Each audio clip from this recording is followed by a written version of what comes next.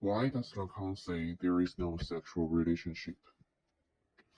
Lacan's claim that there is no sexual relationship is a complex and somewhat counterintuitive assertion that emerges from his unique theoretical framework. 1. Symbolic order and language. In Lacanian psychoanalysis, the symbolic order plays a central role. Language structures our understanding of the world and our relationships. For Lacan, the symbolic order creates a fundamental gap between the sexes. He argues that the way we represent masculinity and femininity through language is always incomplete and unable to capture the essence of a true harmonious sexual relationship. For example, the concept of male and female are culturally and linguistically constructed. The symbolic representations of the two genders are based on a set of signifiers and social norms.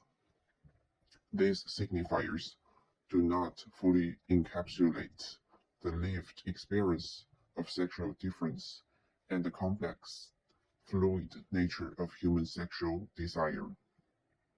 2. Desire and the big other. Lacan emphasizes the role of desire in human relationships. Desire is always directed towards the big other, and in the context of sexual relationships, this desire is often misaligned.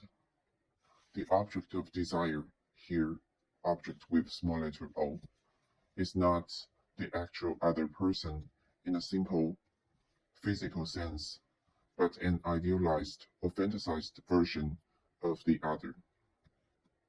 For instance, in a romantic or sexual encounter, each partner may have their own set of fantasies and desires that are projected onto the other.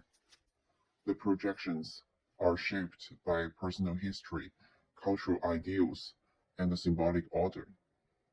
The man may desire a certain image of the woman that is more of a construction than a true understanding of her, and vice versa. This misalignment of desires means that the so-called sexual relationship is not a meeting of two complete and congruent entities. 3. The phallus as signifier. Lacan uses the concept of the phallus as a central signifier of his theory of sexual difference. The phallus is not the biological penis, but a symbolic element that represents power, desire, and lack. In the symbolic order, the relationship between the sexes is often mediated through the signifier of the phallus. For example, in traditional gender roles, masculinity is often associated with the possession of the phallus, symbolically a position of power and agency, and femininity is defined in relation to this lack. This creates a hierarchical and asymmetrical structure that further disrupts the possibility of a balanced, harmonious sexual relationship.